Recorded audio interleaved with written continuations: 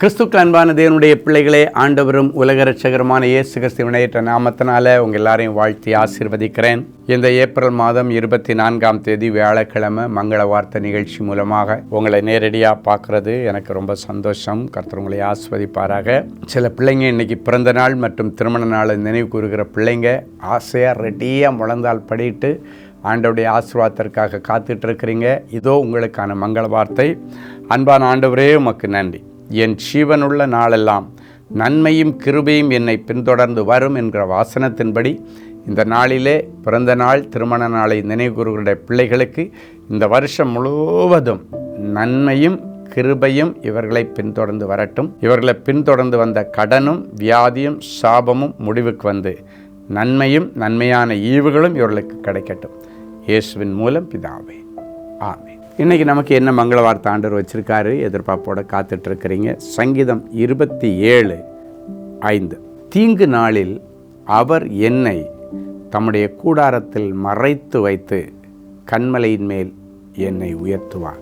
தீங்கு நாளில் என்னை தம்முடைய கூடாரத்தில் மறைத்து வைத்து. இன்னைக்கு ஆண்டவர் சொல்கிறாரு, காலையில் நிறைய ஒர்க்கு பிளான் பண்ணி வச்சுருக்கிறீங்க. இங்கே போனோம், இதை முடிச்சுட்டு அங்கே போனோம், அதை முடிச்சுட்டு இங்கே போனோம். இன்றைக்கி பிள்ளைக்கு ஒரு பொண்ணு பார்க்க போனோம், இன்றைக்கி மாப்பிள்ளை பார்க்க போனோம், இன்றைக்கி ஹாஸ்பிட்டலுக்கு போனோம், இன்றைக்கி இந்த செக்கப்புக்கு போனோம், இன்றைக்கி இந்த ரிசல்ட்டை வாங்க போனோம், இன்றைக்கி இந்த எக்ஸாமுக்கு போனோம், இல்லைன்னா இன்றைக்கி இந்த பணம் தர வேண்டியதை போய் வாங்க போனோம், இல்லைன்னா இந்த கடனை அடைக்க போனோம். நிறைய பிளான் வச்சுருக்கிறீங்க. எல்லா இடத்துக்கும் போங்க, ஆண்டவரை கூட்டிட்டு போங்க. ஏன்னா வசனம் சொல்லுகிறது, தீங்கு நாளில் அவர் உன்னை தம்முடைய கூடாரத்தில் மறைத்து வைத்து பாதுகாத்து கன்மலையின் மேலே உயர்த்துவாராம். அப்படின்னா ஆண்டவர் உயர்த்தணுன்னு பிளான் பண்ணிட்டாருனாலே பிசாசு உன்னை எப்படியாவது அழிக்க பிளான் பண்ணுவான். இந்த நிகழ்ச்சியை பார்க்குற பிள்ளைகளுக்கு ஆண்டவர் தீர்க்க தரிசனமாக சொல்கிறாரு, ஆண்டவர் உங்கள் எல்லாரையும் இன்றைக்கி கை தூக்கி விட பிளான் பண்ணிட்டார். ஒரு இப்படி லிஃப்டப் பண்ணி, யாராவது எனக்கு கொஞ்சம் லிஃப்டப் பண்ணி விட்டால் நல்லாயிருக்கும், கை தூக்கி விட்டால் நல்லா இருக்குன்னு யோசிக்கிறீங்க. இன்றைக்கி உன்னை சிருஷ்டித்த ஆண்டவரே உங்கள் எல்லாரையும் உங்கள் பிள்ளைகளை கை தூக்கி விட, அவங்கவுங்க ஃபீல்டில் அவங்கள கை தூக்கி விடுறதுக்கு சிறப்பு ஏற்பாடு செய்கிறாரு. ஆனால் அதை நீ சுதந்திரிக்கிறதற்காக பிளான் பண்ணும்போது பிசாசு அதை கெடுக்கிறதுக்காக வேண்டி ஏதாவது தீங்கு பண்ண பிளான் பண்ணுவோம். அதனால் அதை சுதந்திரிக்க போகிற நீங்கள் இன்றைக்கி எந்த காரியமாக வெளியே போனாலும் அந்த காரியத்தை சக்ஸஸ் பண்ணி தருவார். ஆனால் போகிறதுக்கு முன்னால் பிசாசு உங்களுக்கு தீங்கை கொண்டு வராதபடிக்கு ஆண்டவர் தன்னுடைய கூடார மறைவில் வைத்து உன்னை பொதிந்து கொண்டு வரும்படி நீங்கள் இன்றைக்கி தேவ சமூகத்தில் ஜெபிச்சு ஆண்டவரை கூட கூட்டுட்டு போங்க.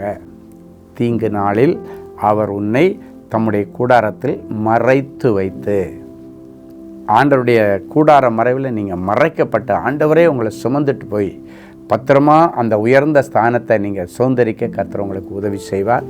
வேதம் சொல்லுகிறது, உனக்காக நான் ஆயத்தம் பண்ணியிருக்கிற ஸ்தானத்தில் உன்னை கொண்டு போய் சேர்க்கவும் வழியிலே பாதுகாக்கவும். அப்படின்னா இப்படிப்பட்ட தீங்கின் மனுஷனோ கேட்டின் மனுஷனோ தீங்கு கொண்டு வருகிற பிசாசோ உங்களை சேதம் பண்ணாதபடிக்கு பாதுகாத்து, நீங்கள் போகிற இடத்துலலாம் ஆண்டவர் கூட இருந்து பாதுகாத்து நீங்கள் கையிட்டு செய்கிற காரியத்தை சக்ஸஸ் பண்ணி உயர்ந்த இடத்துல வச்சு அழகு பார்ப்பார்.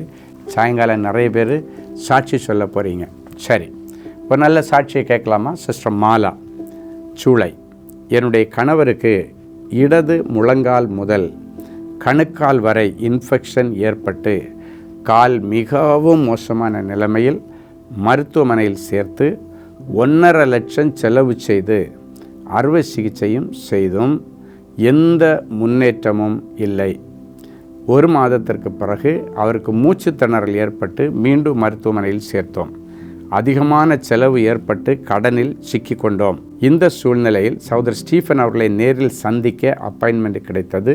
சகோதரர் என்னுடைய கணவருக்கு செய்வினை பிரச்சனை என்று சொல்லி பாரப்பட்டு ஜெபித்து அதை கேன்சல் பண்ணி எண்ணெய் பூசி ஜெபித்தார்கள். அந்த ஜெப எண்ணெயை என்னுடைய கணவருடைய காலில் தினம் பூசினேன். கர்த்தருடைய கிருபையினாலும் சகோதரர் ஸ்டீஃபன் அவருடைய ஜெபத்தினாலும் என்னுடைய கணவரின் காலில் ஏற்பட்டிருந்த வலி, இன்ஃபெக்ஷன் எல்லாம் நீங்கி தெய்வீக சுகத்தை பெற்றுக்கொண்டார். ஜெபிக்கலாமா? அன்பான ஆண்டவரே, உமக்கு நன்றி. இயேசுவின் நாமத்தினாலே என் பிள்ளைகளை ஆசீர்வதிக்கிறேன். இப்பொழுதும் என் பிள்ளைகளை உயர்ந்த ஸ்தானத்தில் வைக்க பிளான் பண்ணி என் பிள்ளைகளை இன்னைக்கு ட்ராவல் பண்ண நீர் வைக்கிறீர், உமக்கு நன்றி. அது இன்னொரு தேசத்துக்காக இருக்கலாம், இன்னொரு பட்டணத்துக்காக இருக்கலாம், உள்ளூர்லையாக இருக்கலாம், பக்கத்து தெருவாக இருக்கலாம்.